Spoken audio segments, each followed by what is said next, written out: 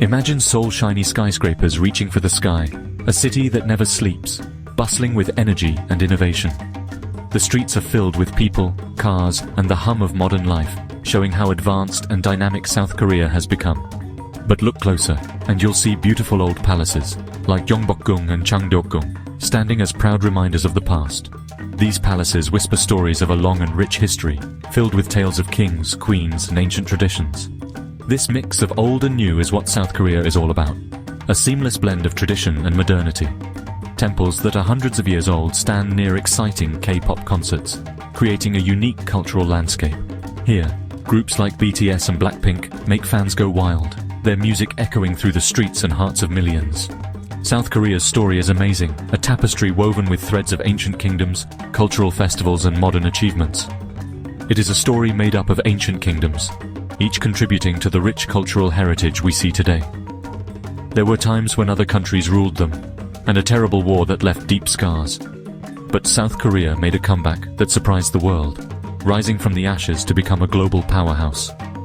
Those shiny skyscrapers in Seoul might be the first thing you see, symbols of economic growth and modernity. But don't be fooled. This city is full of history, with ancient sites nestled among the modern buildings. Look past the glass and steel, and you'll find stories waiting to be discovered. You'll feel like you've traveled back in time when you visit the grand Gyeongbokgung Palace, with its intricate designs and expansive courtyards, a testament to the architectural brilliance of the Joseon dynasty. This palace reminds us of the Joseon dynasty, a time of great art, culture, and scholarly achievements. The era was marked by beautiful calligraphy, traditional paintings, and a deep appreciation for the arts.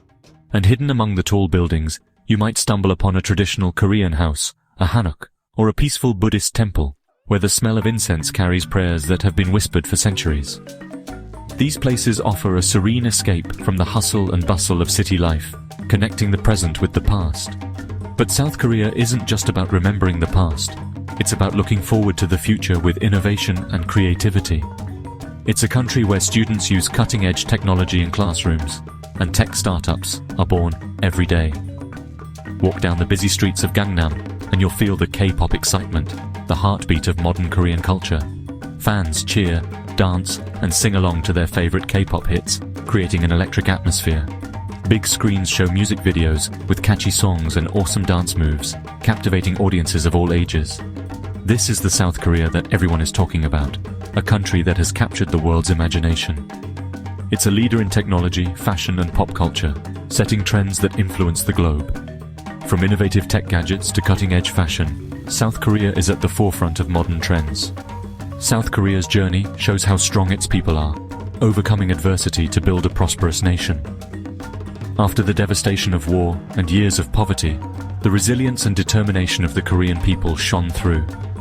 They built a strong economy, became leaders in technology, and transformed their country into a global success story.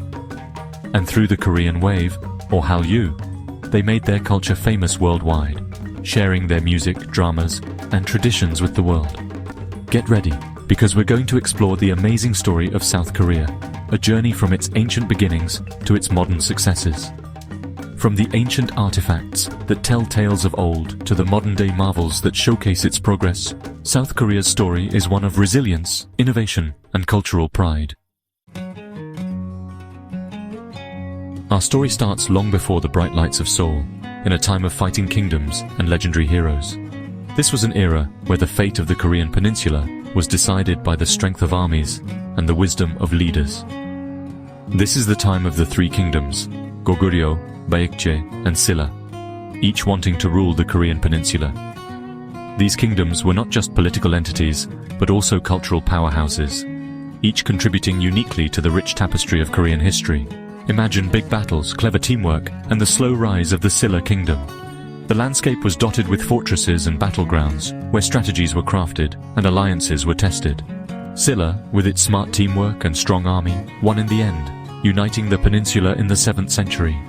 This unification was not just a military victory, but also a significant cultural and political achievement. Think of the Three Kingdoms period like Korea's own Game of Thrones, full of exciting battles and important people. The intrigue, the betrayals, and the heroics of this period are legendary. Goguryeo, known for its strong army, was in the north, with its warriors renowned for their bravery and skill in battle, while Baekje, with friends in China and Japan, was in the southwest. Baekje was a center of culture and diplomacy, often engaging in trade and cultural exchanges with its neighbors. Silla, the smallest and weakest at first, was in the southeast, but Silla was clever. They understood the power of alliances and used diplomacy to their advantage. They teamed up with others, making their enemies fight each other. This strategy of divide and conquer allowed Silla to grow stronger while their rivals weakened. And with great generals like Kim Il-sung, Silla's army got bigger. Kim Il-sung's leadership and military acumen were crucial in Silla's rise to power. Finally, in 668 AD, Silla did something amazing. They united the Korean peninsula. This unification marked the beginning of a new era in Korean history. This started a great time for Korea, called the Unified Silla period. It was a time of peace and prosperity, where culture and the arts flourished. During this time, Buddhism became very popular, beautiful temples were built, and the teachings of Buddha spread throughout the land. And Korean art and culture grew. The Unified Silla period saw the creation of some of Korea's most beautiful and enduring works of art. We can still see signs of this ancient past in Korea today. The ruins of ancient temples and fortresses stand as a testament to this remarkable period. The Silla kingdom's focus on learning and sharing culture helped Korea become great in art and ideas later on. Scholars and artists from this period laid the foundations for future generations. So, the next time you see a beautiful piece of Korean pottery, remember that it is a product of centuries of cultural evolution and artistic excellence. Or an old Silla sword, think of the warriors who once wielded it in battles that shaped a nation. Remember that you're seeing what's left of a kingdom that started small, but changed a nation forever. The legacy of the Silla kingdom is a reminder of the power of unity, strategy, and cultural richness. The peace and good times of the Unified Silla period didn't last. Despite the cultural and technological advancements, the region faced numerous challenges.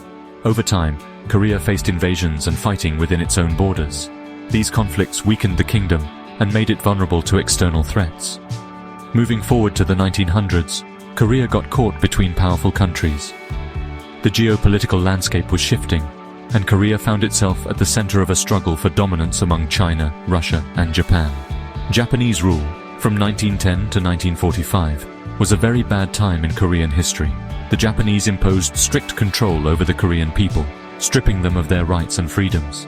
Imagine a country losing its freedom, its people living under harsh rules and not allowed to celebrate their culture. Traditional Korean customs were banned, and the Korean language was forbidden in schools and public places. It was a time of great hardship. Many Koreans lived in poverty, and the Japanese exploited the country's resources for their own benefit. Imagine your language being forbidden, your history being changed, and your people forced to follow other countries' customs. Korean children were taught Japanese history and culture, erasing their own heritage. Korea's resources were taken, and many Koreans were forced to work and treated unfairly. The Japanese used Korean labor for their war efforts, often under brutal conditions. But even with all the bad things, Koreans never gave up. Resistance movements grew, and many Koreans fought bravely for their independence. Groups fought against the Japanese all over the country, wanting to be free. These efforts kept the spirit of independence alive, even in the darkest times. But the end of World War II, which freed Korea from Japan, didn't bring peace. The joy of liberation was short-lived as new challenges emerged. Korea was split in two, with the Soviet Union helping the North and the United States helping the South. This division created a new set of problems, as the two sides had very different ideologies. This led to the Korean War, 1950 to 1953, a terrible war that hurt the peninsula badly. The conflict was brutal, with both sides suffering heavy casualties. The Korean War killed millions of people and destroyed the country.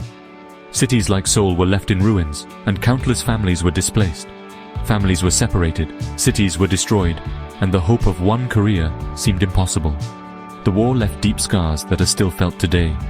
The war ended with no clear winner, with a heavily guarded border between North and South Korea, and lots of tension. The demilitarized zone, DMZ, remains one of the most fortified borders in the world, symbolizing the ongoing conflict and division. After the Korean War, South Korea was in ruins. Imagine a land destroyed by war, its people poor and unsure about the future. But from this destruction came a strong will to rebuild, a never-give-up spirit that became what South Korea is known for. This is the story of the miracle on the Han River, how South Korea went from being destroyed by war to becoming a powerful country. The years after the Korean War were filled with poverty and unstable governments. But even with all the problems, hope started to grow. The South Korean government, with help from other countries, made big plans to grow their economy by selling things to other countries and building factories. The people of South Korea, known for their hard work, were ready for these changes. Factories appeared everywhere, making everything from clothes to electronics, and South Korea's economy started to grow quickly. This fast growth, called the Miracle on the Han River, changed South Korea from one of the poorest countries to a very rich one.